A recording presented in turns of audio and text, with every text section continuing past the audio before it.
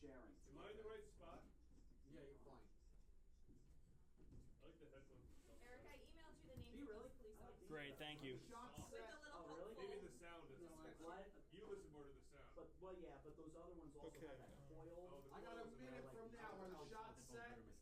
Give me a minute. Do you really? When I Because say- they're both jacked. Boy, I'm So glad to those hear are the that because I on- always thought those were terrible, and I always felt bad for you guys over there. But I'm glad to hear that. Maybe I'm just used to it. Really? That's not life is beautiful. So is he on the line? Yeah, Chris is on the line. Hold it. Yeah, I got him. How do I do download all from a folder? I gotta go to drive. Hold on, I got it. Add to drive and Me. Because this was down when I got here. Yeah, you don't want that. damn it. Google Drive has this like you never want to take anything out of it. Leave it up. Stays, Oh, we're not you know. doing. Oh, we're cold. I had to move the commercials over to there because something was going on. With I'm gonna need a minute. We're cold on the radio side. He needs a minute, so give him another. That's all. We're good. This doesn't want to cooperate with me. What are these charts? What are these charts? Eric needs to know. Josh, Eric needs to know what the charts What are the charts? The charts go in the story we're talking with Chris about. I ordered them. I put them in order. Okay. Yeah. They're like race dash one dash two. Oh, that story. Okay, I just Gotcha. needed to know. Thank you. No problem. Just tell me when you're ready and I'll go back on Yeah. top. What's my? Who, I will let you know. Yeah, what's So here's the thing, you guys have to share a camera.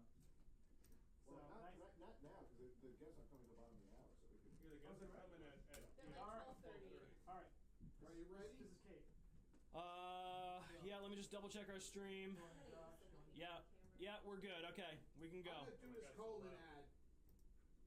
Give everybody 40 seconds. Okay, that'd be perfect. Thank you. 8332 or online at StraffordSmile.com. This year, 3,000 Connecticut women will be diagnosed with breast cancer. Hersam Acorn is a proud sponsor of the Komen, Connecticut Race for the Cure. Help make an impact in the local fight against breast cancer by joining us on May 9th in Westport at Sherwood Island. With your help, Komen, Connecticut invests in local breast cancer programs, helping local women beat breast cancer. Visit KomenCT.org to register, volunteer, or donate today. We race for Connecticut. Why will you race? Hersam Acorn Newspapers, publishers of the Greenwich Post, New Canaan Advertiser, the Darien Times, the Ridgefield Press, the Weston Forum, the Wilton Bulletin, the Reading Pilot, the Lewisboro Ledger, the Monroe Courier, the Eastern Courier, the Trumbull Times, Fairfield Sun, Shelton Herald, the Stratford Star, the Milford Mirror, and the Valley Gazette. Hersam Acorn and HANradio.com. The leader in local news, sports, arts, and entertainment in southwestern Connecticut. Welcome to HAN Radio's Behind the News, the show where three veteran Connecticut news editors go behind the stories with the columnists, photographers, reporters, and editors who covered them. They will discuss not only Hersam Acorn stories, but take a look at the media landscape in Fairfield and Westchester counties. They will discuss it all, the good, the bad, and the ugly. With John Kovach and Josh Fisher, here's your host, Kate Czaplinski. Thanks, Rob. Well, we are streaming live right now on HANradio.com and the Hersam Acorn Network. Just click the Watch Now graphic above the radio player on the HAN website, and you can watch us, which is pretty fun. But today we are going to be talking about race, canines, and taking a look back at the top stories of the week in southwestern Connecticut. John? Thanks, Kate. First, we are going to talk to Wilton Bulletin assistant editor Chris Burns about the recent statewide study on traffic stops, race, and some say indications of racial profiling by some departments, which some departments are strongly objecting to. Josh? Yeah, thanks. Chris wrote a really interesting, lengthy story on that this week. A lot of research involved in that, too. So we're also going to be visited today in studio by a couple of Ridgefield police officers, Jeff Rains, who's the K-9 officer in town, and Captain Jeff Kreitz, who wrote a touching story in the Ridgefield Press this week about his department's longtime K-9 Zeus, who's being put to sleep next week. But first, let's welcome back to Behind the News, one of our favorites, Chris Burns, who's on the line and on the road. Chris, how are you? Hey, how's it going? It's going well. So this has been a big story this week. This racial profiling or racial stop things. You've been working on this for, geez, I saw you meeting in this studio with Doug Fuchs, the Reading police chief, about over a month ago. He and I texted about this story. Chris and I discussed this story in February. Wow. That long ago. Right. Yeah. It's been a pretty extensive process, mostly because it's a very scientific study, and to understand all the concepts and the ideas that they're talking about in a pretty lengthy document, it really took a lot of time, not only to understand it from a common sense point of view, as if you were just reading a news story, but also to understand it from the point of view of two different experts that have very different opinions on it. You have the police who are definitely experts in their field on one side, who are strongly objecting to the way some of these numbers have been represented. And then you also have these statistical researchers who are also experts in their field who are saying, well, this is the best we can do. And the researchers are saying this is actually the best study in the country that's ever been done. So you definitely have two sides of the debate going on, and trying to parse those details was definitely a pretty difficult task. Chris, and this may be a question that chews up the rest of the hour, but how do they go about coming up with a workable set of numbers to look at something as complex as the issue of race and traffic stops? They actually chose to use seven different methods in this study. So there were 7 tests, they call them, that were applied to every police department in the state, and that includes state troops, college troops, just regular municipal police departments.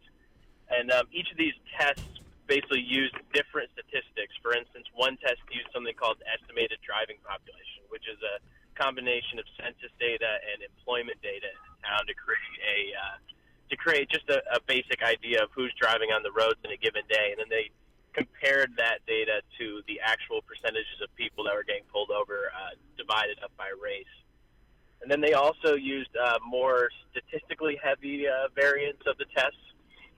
One example of that was called the veil of darkness, which basically tests how many minorities are pulled over at night when a police officer arguably cannot tell the race of someone who's pulled over, compared to how many minorities are pulled over during daylight hours when an officer can arguably detect the race of somebody who's pulling over. So in total, there are 7 different variants. Those are 2 that I just explained. And in general, if a police department failed one, they tended to fail. Or if a police department failed 4, they were essentially put in a group that said, these people might be an outlier. Go ahead, Kate. Well, what I find interesting is, a lot of the communities that kind of had the biggest disparities aren't around here necessarily, but Stratford seemed to stick out. That one that's closest to a lot of the communities we cover. Is that right? Yeah, that was the one. It was one of the departments determined by this piece of research to have consistent disparities in the racial pullover data, which basically means that this report found that there may be, stressing a may here, because there's no direct conclusions drawn in this report, which is I think something that has been or is easily misunderstood. So it may indicate that Stratford has a consistent racial disparities in who they pull over compared to who's on their roads. And we should mention that Stratford has an African-American police chief, which is kind of interesting. So I wonder what his reaction will be to this report. I have his reaction, actually. What is his I reaction? am opening it right now. Okay, which now, is why I had to lean over and pick up. Well, Chris, who did you talk to in law enforcement? Did you talk to anyone that had an opinion on this study? Yeah, one police chief who's been very vocal in criticizing the methods used was the Reading's police chief Doug Fuchs. He's the former head of the Connecticut State Police Chiefs Association, and he really just had a problem with the methods used to determine this information, and then the way that it was presented to the public. So someone from the public reads this report, it's very easy to draw the conclusion that there are 12 departments in the state that are racially profiling drivers, almost vindictively or with bias. And he argued that these tests rely on strong assumptions, which is true. A lot of the data that they use for reference does rely on strong assumptions in trying to determine the race of people that are driving on the roads in these towns. So he says, it doesn't matter how many tests you use. It doesn't matter whether you use 1 or 7 tests. If those tests are reliant on presumptuous data, presumptuous information, he feels that it's almost reckless to release this information in a way that suggests that departments in the state are intentionally profiling drivers, which is understandable. That sort of made sense to me when I was first reporting the story. As you take a deeper look in the report, I think that taking the belief that the police chiefs are absolutely right or that the researchers are absolutely right, I don't think you can take either of those opinions as the truth. I think that's definitely there's a middle ground somewhere. And that, Chris, has been a common. I know New Canaan Police Chief Leon Krolikowski told us a while back. I was talking to him about this. He's, you can't, just because New Canaan, for example, has a low percentage of minorities living in it, doesn't mean that that's the same percentage for the people who drive through the town there. So, right? Is that kind of the common argument against these findings? Yeah. Basically, in order to establish a reference point for the amount of minorities that are driving through a town, they use a number of different metrics. They use, for instance, the population of the town that's a minority, the population of the town over 16 that's a minority. They use something, as I explained before, called estimated driving population, which is a combination of that census data, but also adding in the amount of minorities that work in the town on a daily basis. But Chief Fuchs, for instance, when we were talking a couple months ago, pointed out, Reading, where his town, which is one of the towns that our papers cover, has a very low minority population, but it has a lot of arterial roads that connect towns that do have higher minority populations. For instance, somebody driving arguably from Danbury to Fairfield, the fastest way to get there would be to go down 58 in Reading. So he argues that even if you take the census data and the employment data, you're completely ignoring a whole subset of people who might be using those roads for neither residential nor commercial use, or they're not going to work essentially. Well, did they figure in what highways go through? Because if you have a place like Darien where 95 goes through and the Merritt is the northern border, you might have differences there. Ditto with Stratford, and I'd like to give the floor here, and these are the words of Stratford Police Chief Patrick Ridnour, who is black, who was hired out of Waterbury, where he was known for his community policing work and for involving the community, particularly in neighborhoods where there might have been tension between police and that neighborhood, to finding common ground there. So this is a guy who has lived this and dealt with these situations. This Stratford Police Chief Patrick Ridnour said, quote, "First and foremost, it is not the policy of the town of Stratford or the Stratford Police Department to discriminate against any person on the basis of race, color, creed, religious affiliation, national origin, gender, or sexual orientation. In reference to the Connecticut Racial Profiling Prohibition Project, or CPRP3 report, we do have some concerns with the calculations and interpretation of our motor vehicle enforcement activities, especially with regard to our estimated driving population. We also want to remind everyone that this report only reflects raw data and no conclusions should be drawn at this time." Again, this continues the statement by Stratford Police Chief Patrick Ridnour. Quote, "We look forward to working with the Institute for Municipal and Regional Policy to further analyze this raw data, taking into account various factors that may not be reflected in this report. If thorough further analysis still indicates there may be a problem, then we are committed to solving that problem, as it is our mission, goal, and most importantly, our responsibility to ensure that all citizens and visitors to our town are treated fairly and impartially at all times. That Patrick Ridnour, the Stratford Police Chief. So, Chris, what we have here is the Stratford Police Chief stressing that it's raw data. Is that kind of what we've got here? Is the situation is that maybe we're using raw data to reach a conclusion, and maybe it's just raw data? Is that the argument against this study? Well, the head researcher of the project, who works at Central Connecticut State University, basically, when I was talking to him right after this new report came out, he said, there is a perception in a lot of communities in Connecticut that the police do pull over minority drivers at an unfair rate. And he said his intent of this, not his intent, but the intent of this research is to simply try and assign data to those perceptions. And while this data might not be perfect, he said he feels it's starting a conversation. It's giving us a place to start the conversation. So the data might not be perfect. The conclusions it draws might not be perfect.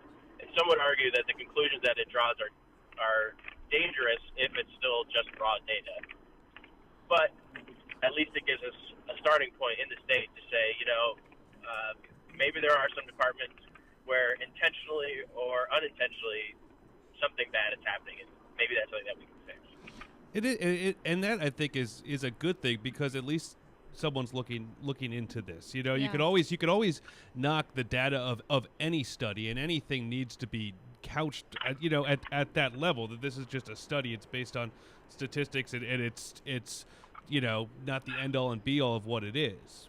But it is something that I guess you could be happy that people are looking at it. If you look at all the problems going on across the country with race and police. Yep. And Chris, what really prompted this to be done? Because this is so extensive.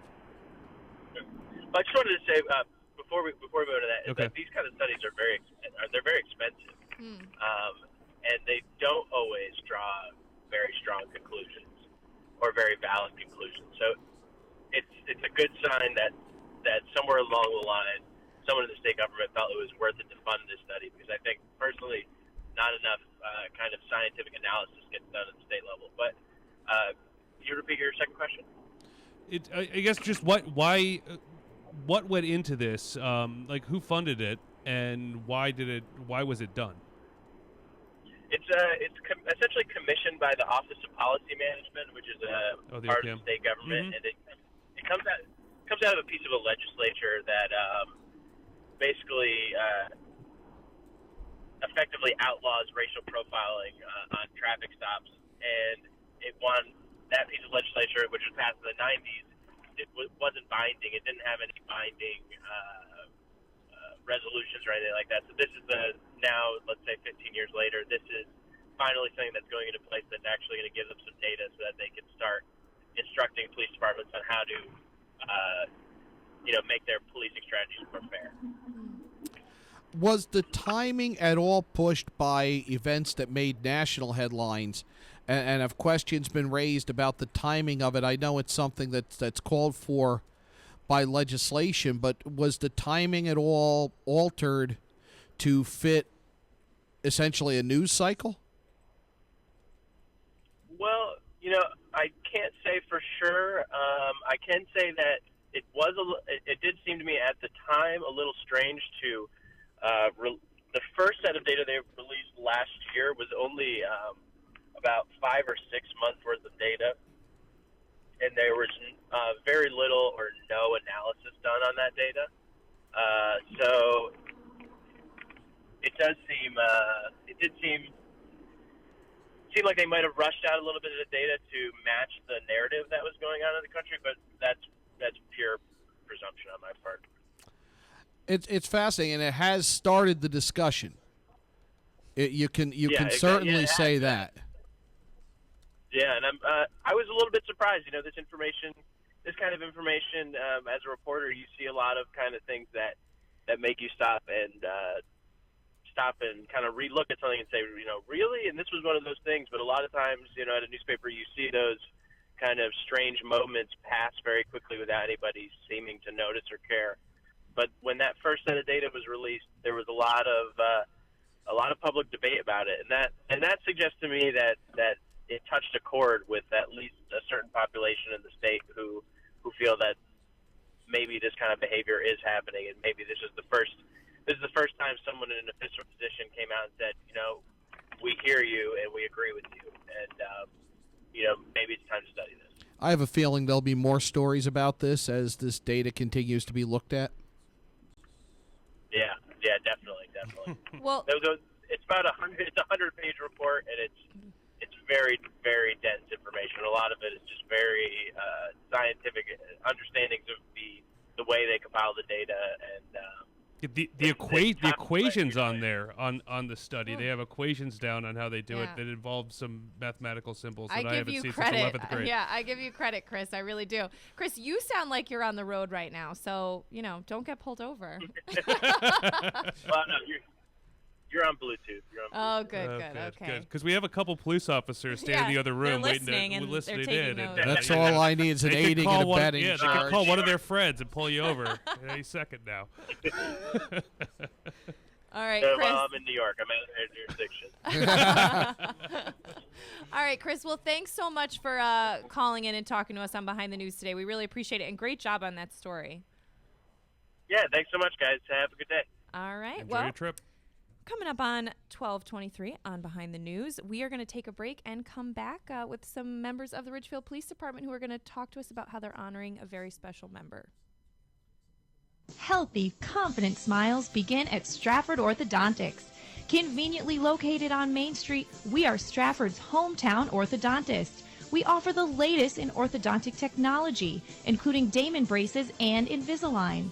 We always accept new patients. Call today to schedule a complimentary consultation. 203-375-8332. Stratford Orthodontics, 2499 Main Street, Stratford. 203-375-8332. And online at stratfordsmile.com. Spring is finally in the air, and our favorite season is upon us. The Dock Shop is all geared up with a great selection of fishing tackle, custom fishing rods, and all the latest accessories to replenish your tackle box. The Dock Shop has also just brought out the newest spring fashion apparel from Montauk Tackle, Altered Latitudes, Kaylee Smith, and Margaritaville Apparel.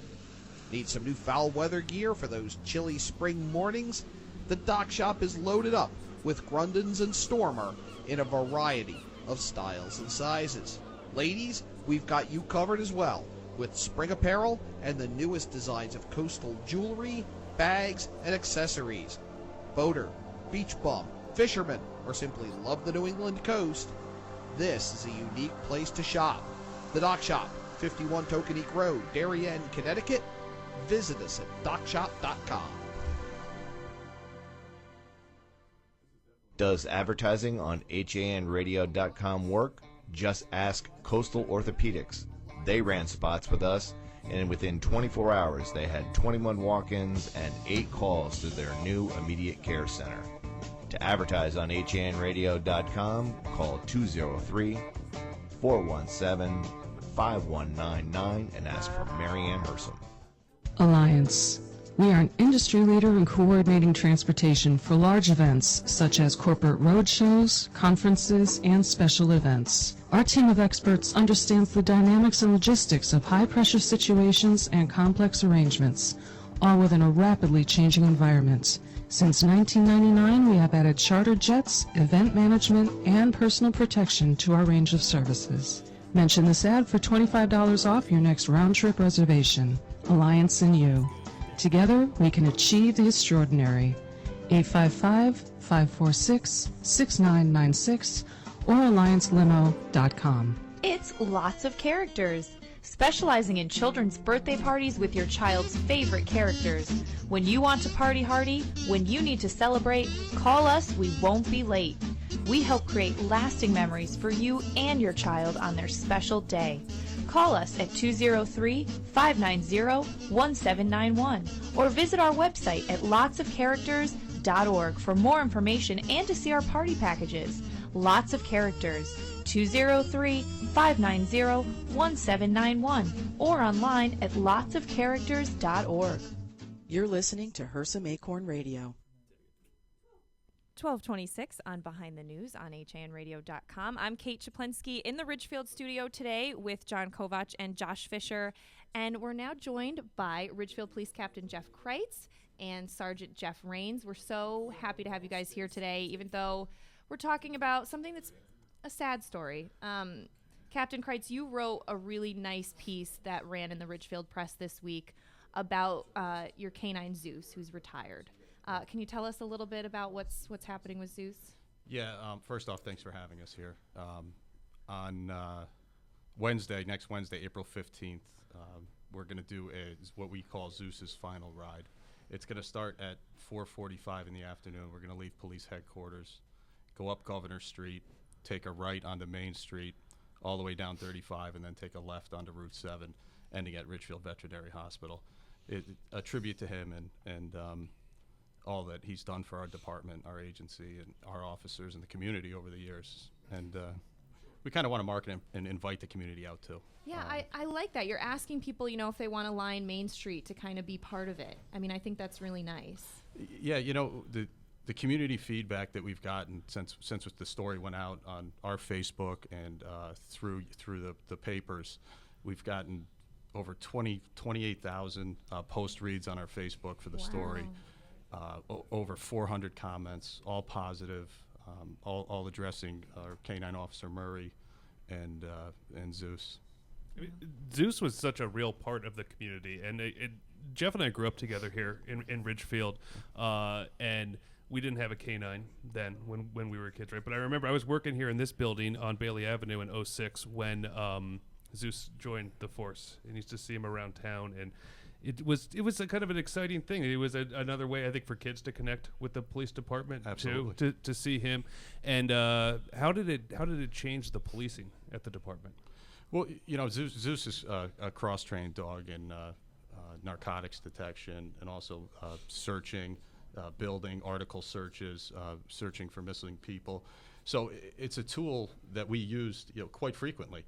Plus, he did hundreds of canine demonstrations for our DARE program, for any public events, and I think the community really got connected with him. And I think when we were talking about it earlier this week, someone mentioned it's like your most perfect officer because the kids love him and the criminals are scared of him, and you know what I mean. And Don and had loyal. that. Don Eng had that description, and it absolutely was perfect. Yeah.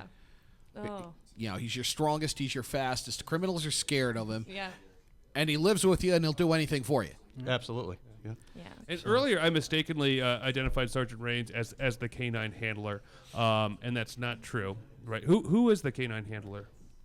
Canine handler's Officer Sean Murray. There's a lot of times because we look alike and we're about the same size that I do get confused for Sean. A lot of people say, "Hey, how's the dog?" So he's used to it. So are you accusing me of police officer profiling? No. Yeah. Oh boy. There we go. Knew that was coming. So, and a lot of people don't know this, I think, though, but, the canine lives with the officer, right? Yep. They're together 24/7. They take their days off together. Yeah, how does that work? I mean, what's that relationship like? Well, the bond between the officer and the dog is it's like it's a child, but we jokingly say, but it's true. He spends more time with his dog than with his family, at home, at work. The bond is incredible. Plus, the dog is responsible for protecting his life and the life of the other officers on the road. Right. So, I mean, I know that Zeus retired last May. I mean, and he has this degenerative hip disorder. I mean, what kind of let you guys know he was ready to, Well, in talking to Sean, he can't stand up. The dog, his quality of life has greatly declined since his retirement, and there's been a couple comments that I've seen where people don't seem very favorable about us having to put him down. But trust me, it was. If he can't stand up anymore, if they're in pain, there's a lot behind it, and Sean made the most unselfish decision after consulting, obviously, with a veterinarian to do this, and in the best interest of his dog. And any of us who have ever had to put a dog down know what a tough decision it is to do, but also it's, there's something to be said that, you can't have a dog sitting there suffering, and it gives them some dignity too.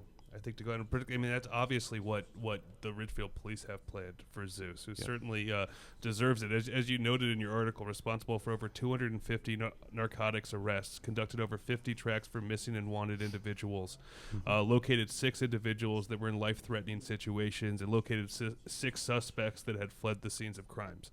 That's a good career for an officer, right? Yeah, absolutely. It's a good career for a department. And so since Zeus retired, has there been another canine that's taken his place? Yeah, we have a new canine who's already on the road, and with Officer Murray, and his name is Loki. He already made the headlines his first week on the road by capturing somebody who took off on foot from Lewisboro Police Department and New York County Police in town here. The guy from Miami? Was the one that hit in the snowbank? That's it. Oh. That's it. We discussed that story in depth. Yeah, we did. The guy from Miami hiding in a snowbank. Yep. so he made the headlines already. Yeah. Good for He's got Loki. some tough footsteps to follow, but he's doing it. What goes into choosing the officer who is the handler? Because it's such a specialized skill set. Well, Officer Murray put together. We had a canine program years ago, before I even remember, way before I was here. And then it went away for a little bit, funding and stuff like that. But Officer Murray in 2005 and 6 put together the program, got funding, because our canine program is privately funded. Wow. So he put together everything. It takes a tremendous amount of dedication. Being a police officer in general takes a lot, because we're working holidays, weekends, nights. But with the canine officer, you have to train with the dog every day. You're with the dog all the time. You're getting called out more frequently. So he put it together and took it from there. And did a nice job. Years ago, when I was a kid, I used to hunt and fish with a guy. He ended up being the chief of the department down there, and he's gone way too young. But he was the canine officer for a while, and he would take the dog over. Boy, man, if he stopped to tell you did not get too close to the vehicle. Yeah.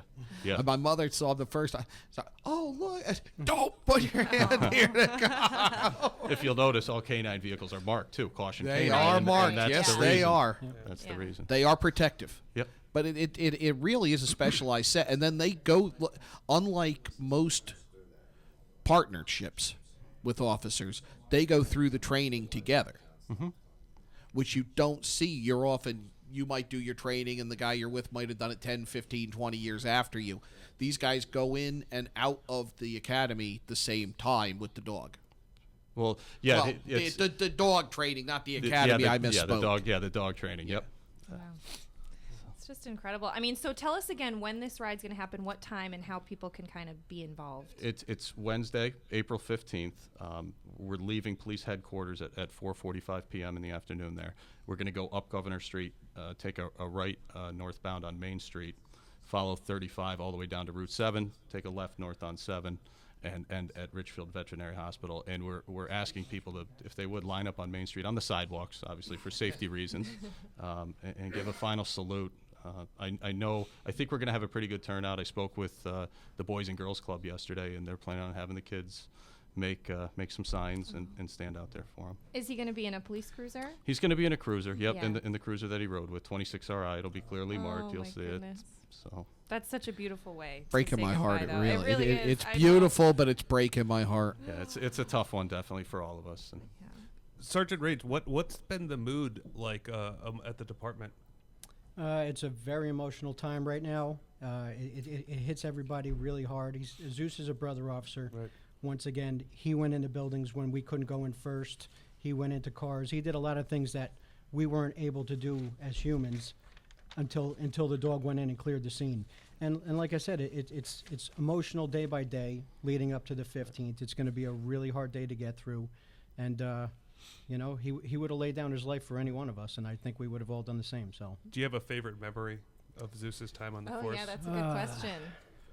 probably, I don't know. I mean, there was so many times that just when he's doing an assist or he's doing a search of a car, just his reaction when he finds something or knows something, how he sits and alerts Officer Murray. It's an amazing feeling, like when he's walking around a car, and then all of a sudden he'll stop and kind of like look at Sean like, here it Right is. here. So it's Right here, it's boss. always a good feeling. So that and always assisting finding missing people was Right. good. That's amazing. How about That's you, Jeff? amazing. Well, I was talking actually to Jeff about this before. One thing we missed is he knew when Sean was getting called on the radio, and you would hear him in the background if anyone listens to the scanner or the radio, and you would hear him, "Arf, arf," in the background, knowing that he was going to do some work. And my sound effects aren't the best, I know. But, It's perfect. If you're looking for another job, we can use yeah, that. seriously. But we missed it already since he retired on the hearing him on the air, because he would talk over Sean sometimes. That is So. amazing. Oh my gosh. Now I gotta. When they do the demos, there's generally somebody in the suit that gets taken down. Either of you ever been in the suit? I have not. I have. Yes. You're talking about the big gigantic. I've always, it's always intrigued me. Yeah. What's if that? you guys are looking for a volunteer, I'll do it. I'll do It's it. I got would- tased. exciting. I would pay, and I think Kate would chip in too, and a lot of other people here would pay to watch. Loki, John is that the get new mauled dog? by Loki, his yep, dog. Loki's the Take dog. down I got Kovac over tased. there. I got tased for a story. I'll let the dog take it, as long as I'm in the suit. Can we try it without the suit? It's a little fearful and it's a little exciting. at I'm the same sure. time. Yeah, I'm I sure it's a bet, little yeah. of both. Yeah. I'm I hope sure this thing works. instinct. That's what I'd be thinking. Yeah, I'm sure instinct kicks in. Yeah. Yeah. Oh, Well, I think Jeff, you just wrote it was such a touching piece, and as soon as we saw it in the Ridgefield Press on Thursday, we're like, we gotta see if we can get Captain Kreitz to come in here and talk to us about it. We've run into you in town as we've done the show, which has been always nice to see. Jeff, you do a great job on the force, and Thank you.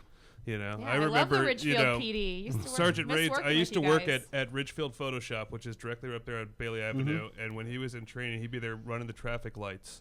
Yeah. We'd be chatting, and look where we are now. Yeah, He's come a long way. Yeah. we turned out all right, right? Well, you did. And I suggest people check out the Ridgefield Police Department Facebook page, because you guys have a lot of nice stuff up there right now about Zeus, and it's great to see what people are saying about that and commenting on it. It's really nice. It's kind of a positive thing, bringing a positive, sad but bittersweet thing that's bringing the community together. Yeah, I want to comment too, because like I said, it was privately funded over all these years. So there's just a couple people. Sean actually asked me. First off, Sean asked me to say a couple words and just thank the community for all the support and everything. The phone calls and the messages. It means a lot to him because he's really going through a tough time. But also Larry Bossity, Richfield Pet, and Richfield Veterinary Hospital for taking care of him all these years. So That's great. Guys, thank you so much for coming on. Thanks for It's been having us. Really great to talk about, and we hope to have you on in the future. Hopefully something not as sad. Absolutely, we'll definitely come back. All right. Well, we're coming up on 12:38 on Behind the News. We're going to take a break, and we'll be back with more after this. Spring is finally in the air and our favorite season is upon us. The Dock Shop is all geared up with a great selection of fishing tackle, custom fishing rods, and all the latest accessories to replenish your tackle box. The Dock Shop has also just brought out the newest spring fashion apparel from Montauk Tackle, Altered Latitudes, Kaylee Smith, and Margaritaville Apparel. Need some new foul weather gear for those chilly spring mornings? The Dock Shop is loaded up with Grundens and Stormer in a variety of styles and sizes. Ladies, we've got you covered as well with spring apparel and the newest designs of coastal jewelry, bags, and accessories. Boater, beach bum, fisherman, or simply love the New England coast, this is a unique place to shop. The Dock Shop, 51 Tokenique Road, Darien, Connecticut. Visit us at dockshop.com. Alliance. We are an industry leader in coordinating transportation for large events such as corporate roadshows, conferences, and special events. Our team of experts understands the dynamics and logistics of high-pressure situations and complex arrangements, all within a rapidly changing environment. Since 1999, we have added charter jets, event management, and personal protection to our range of services. Mention this ad for $25 off your next round-trip reservation. Alliance and you. Together, we can achieve the extraordinary. 855-546-6996 or alliancelimo.com. It's lots of characters. specializing in children's birthday parties with your child's favorite characters. When you want to party hardy, when you need to celebrate, call us, we won't be late. We help create lasting memories for you and your child on their special day. Call us at 203-590-1791 or visit our website at lotsofcharacters.org for more information and to see our party packages. Lots of Characters, 203-590-1791 or online at lotsofcharacters.org. Hersam Acorn and HANradio.com. 1242 on Behind the News in our Ridgefield studio today. I'm Kate Chaplinsky with John Kovach and Josh Fisher. That was just a really nice discussion with Captain Kreitz and Sergeant Raines from the Ridgefield Police Department. It really was. And, it was shortly after we started doing this show up here in Ridgefield last year. We were getting some lunch, and he walked in over to 850 Pizza, and it was so good to see him. Were we just getting lunch, Josh? No, we were at the bars. It was at least 1:30 in the afternoon. Could we please have a review of the code words with Kate after the show? Sorry, guys. I'm just too honest. We were working on a really important story, and Captain Kreitz walked in. And it was fun because Kate used to cover him when she was a reporter here at the Ridgefield Press, and I've known Jeff since we were kids. And it was just great to catch up with him. And he's like, and we told him about the show, and he said, he's going to listen, and now here we go. Now we had him on. We saw him like about a month ago, and he was talking about the new police dog that they got, and he was talking about Zeus and how sad it was the day that Zeus had to retire. He went out on a call, and he got out of the cruiser and just laid down. Oh. And they knew it was time for him to retire, the poor guy. But that's right, when we ran into him at the coffee shop. Yeah. Mm-hmm. That was actually at a coffee shop. What's interesting, and I think it's a relatively new phenomena in police departments, is the fact that they're allowing the existing handler to take on the new. It used to be the bond was so much that that they never that they would just train a new officer to be the handler.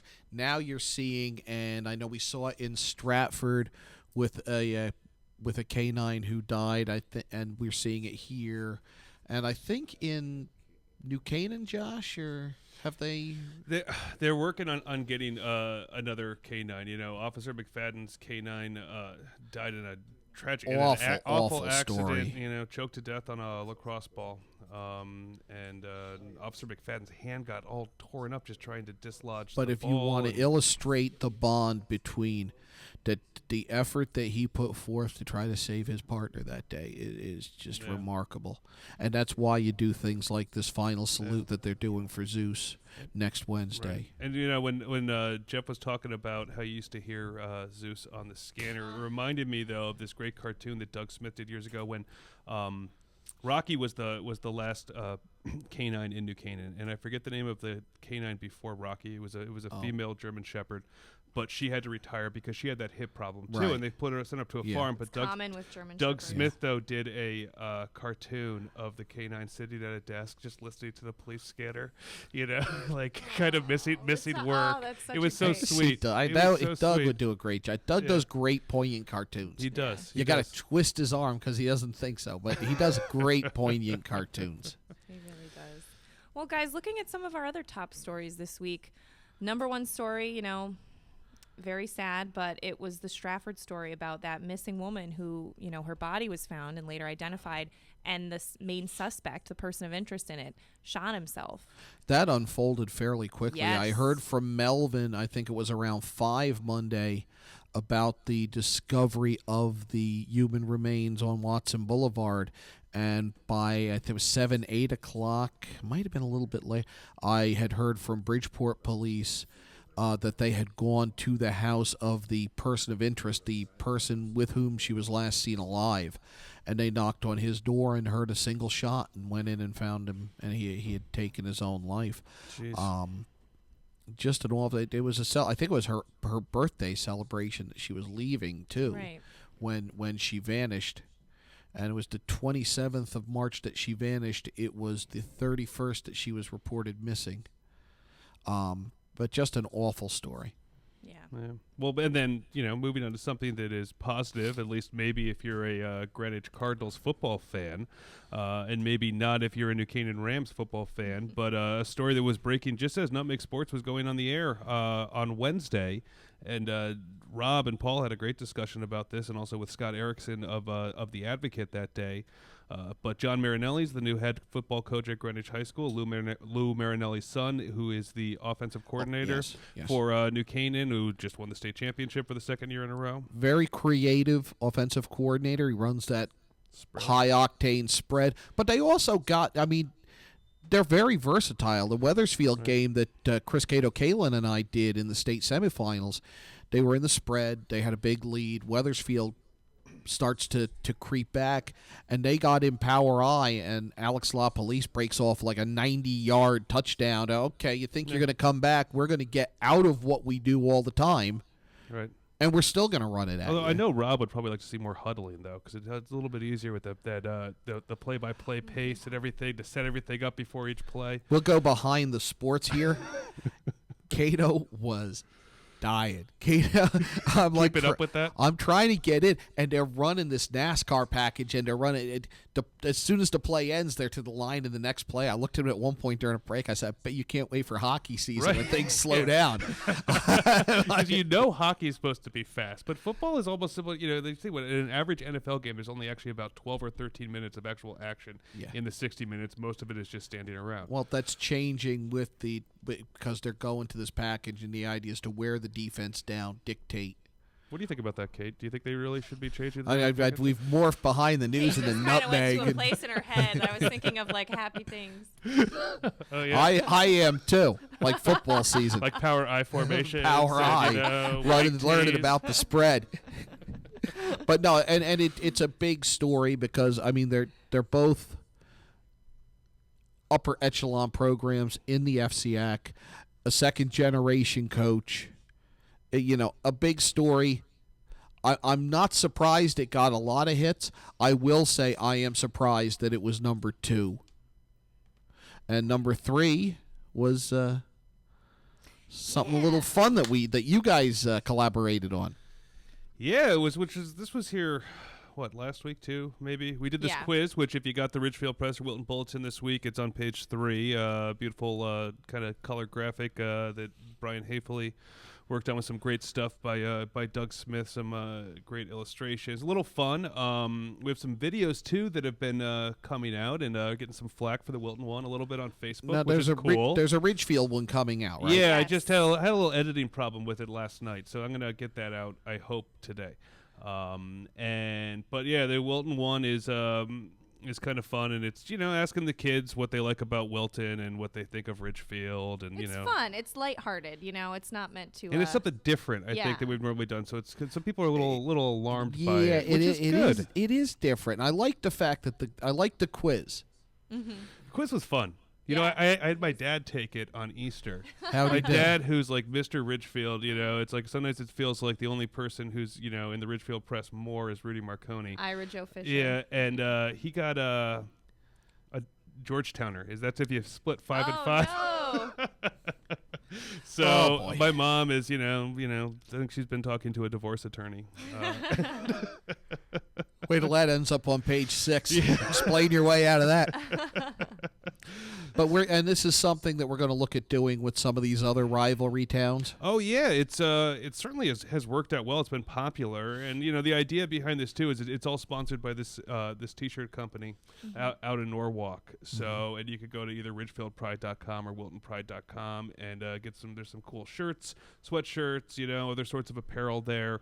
Some of which has been designed by our art department. Arlene Young did some great work. There's a fun one in Wilton, and it's I should have prepared a graphic for our video on this today. I didn't think about that. I apologize, Eric and Marty. But that it's a tiger hunters, and it's a spear. The Wilton is the warriors. It's a spear going through the tiger's kind of face. Like a no sign on it. And so next week, when the graphic is a spear through you, I'll know it's either Eric or Marty. It's a cross. You shouldn't say through. That sounds violent. You're right. It's a cross. It's a cross. Yeah, that's it.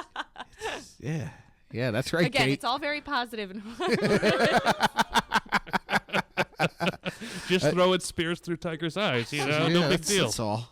A steal and a segue here. We were supposed to bring you baseball this afternoon at 4 o'clock from the field just up the street in Ridgefield. Wilton versus Ridgefield. Wilton versus Ridgefield. I'm stealing that segue. That game postponed due to rain will be played tomorrow. We will not be able to air it tomorrow. That's too bad. But what is the name of that field, by the way?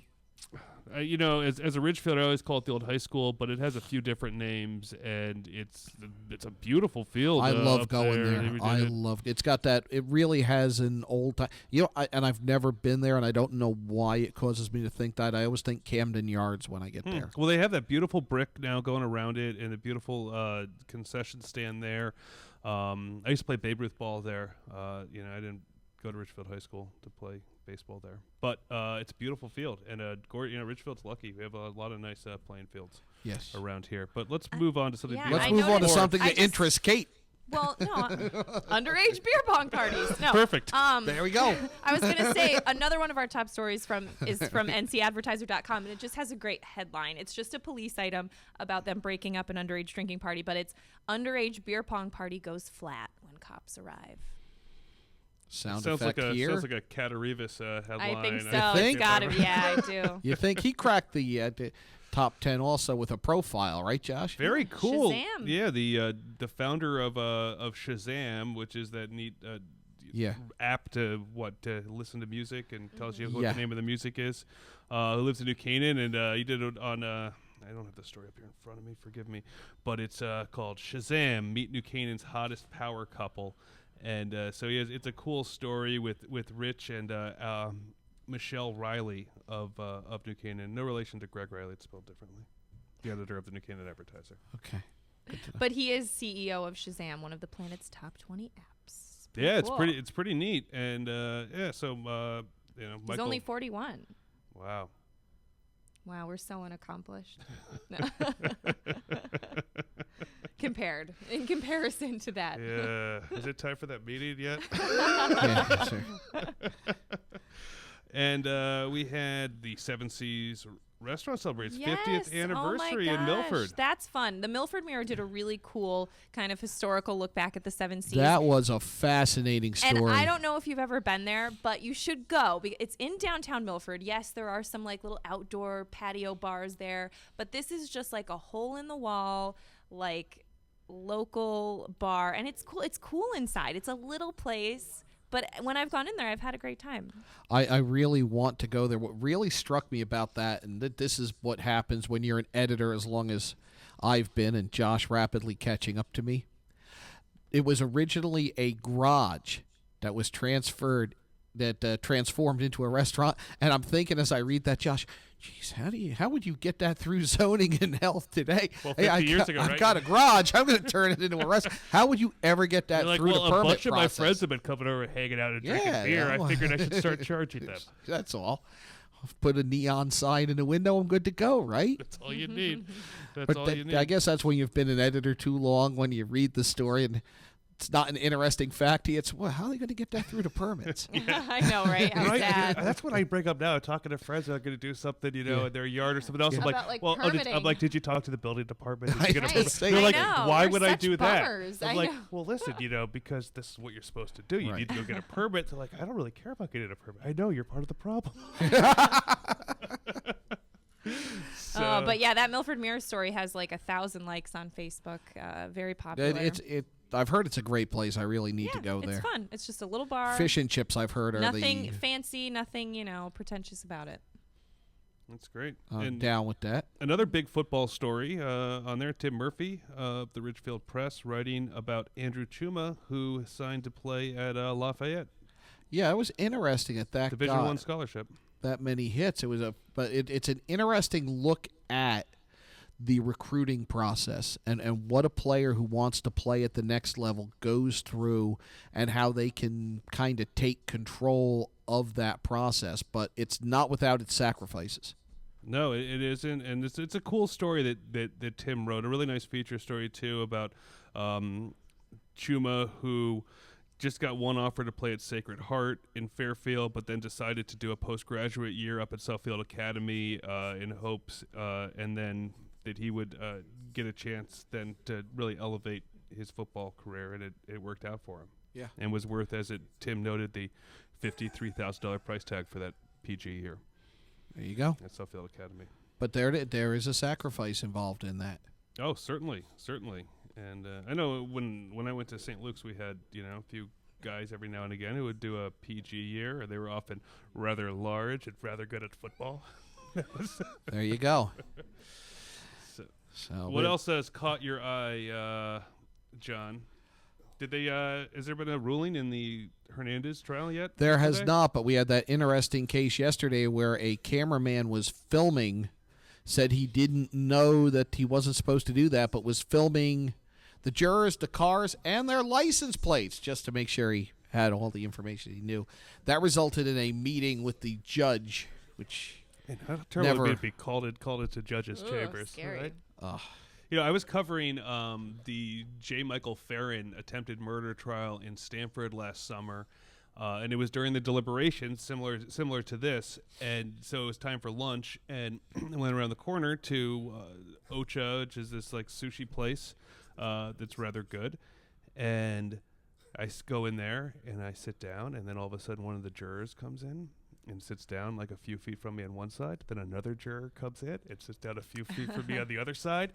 And I'm like, part of me is like, as a journalist, you might want to ask them a question, but then as also you're not supposed to do that. Citizen of the United States. Right? No, and they came in, and the woman who came in second looks at him and she goes, "I'm going to sit over here." Like they made a conscious decision not to sit with each other. But I'm just sitting there between them and trying not to make eye contact.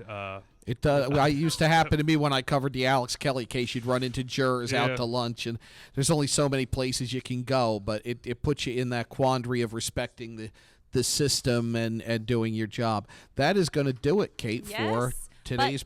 Keep watching and listening because Radio Arts and Leisure is coming on right after us. We have to change the name of that if you could watch it. That's true.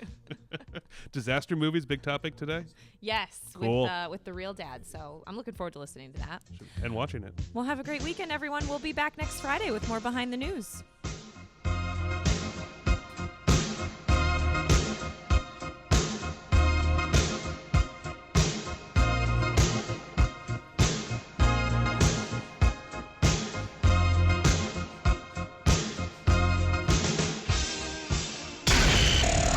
Hersam Acorn and HANradio.com.